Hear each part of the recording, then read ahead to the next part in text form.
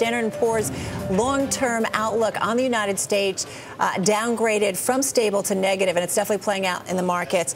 For more reaction, let's bring in Stan Collender. He's managing director of Qorvis Communications. He's a former congressional analyst and an expert on the federal budget, so the perfect person to talk to. Still with us, too, is Peter, Dom, and John to walk us through this news on this Monday. Stan, I want to kick it off with you, though. The thing that caught my attention was David Beers at S&P. He wrote the report that's out this morning that's shaking up the markets. A 1 in 3 chance of a downgrade for the United States in the next 2 years.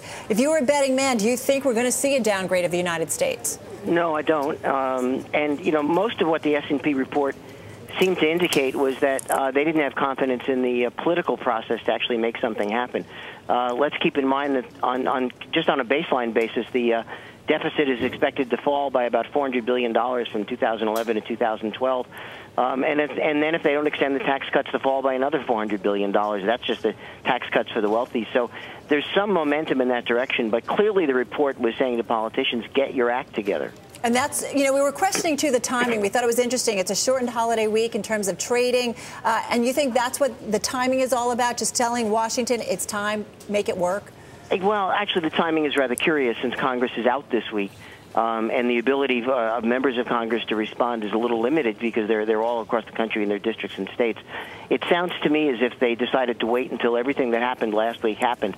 That is, the continuing resolution was extended, the Paul Ryan Republican plan was passed in the House, and the president announced his newest plan, and then just start things over again this week when they had the news cycle to themselves. Investors weren't expecting this. It really kind of hit us by surprise this morning. Psychology, very, very important in terms of the market trade, certainly the equity trade.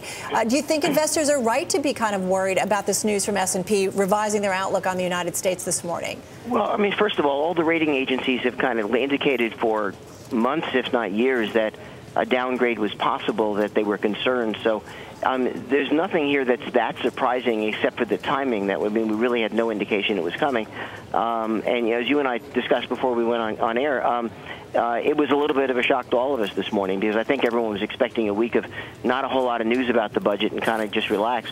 You know, I do think it's ironic that one of the rating agencies whose lack of depth and lack of good work on rating mortgage securities and things like that led to the economic downturn that increased the deficit is now saying that the increase in the deficit may force them to, you know, to decrease the U.S.'s, own bond rating. And, you know, it's the irony is unmistakable here. Hey, Stan, it's Peter Cook here in Washington. I know you know the numbers here involving the budget, but you also know the politics here. How do you expect the administration and congressional Republicans to respond to this? Because, of course, there's a risk if they draw too much attention to it, it becomes a self-fulfilling prophecy. Yeah. At the same time, can they use this to their advantage in the political debate?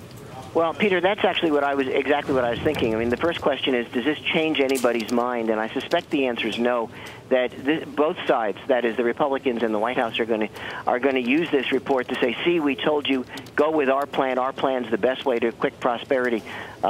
It will provide some impetus, I suspect, when they get back to the folks right in the middle. That is not the Tea Party folks and not the folks on the far left, you know, to push the leadership to kind of come up with the package. But, you know, I still think the prospects of a package this year are relatively small. Stan, we got to run. Thank you so much. Good to get you to weigh in on this. Stan Collender.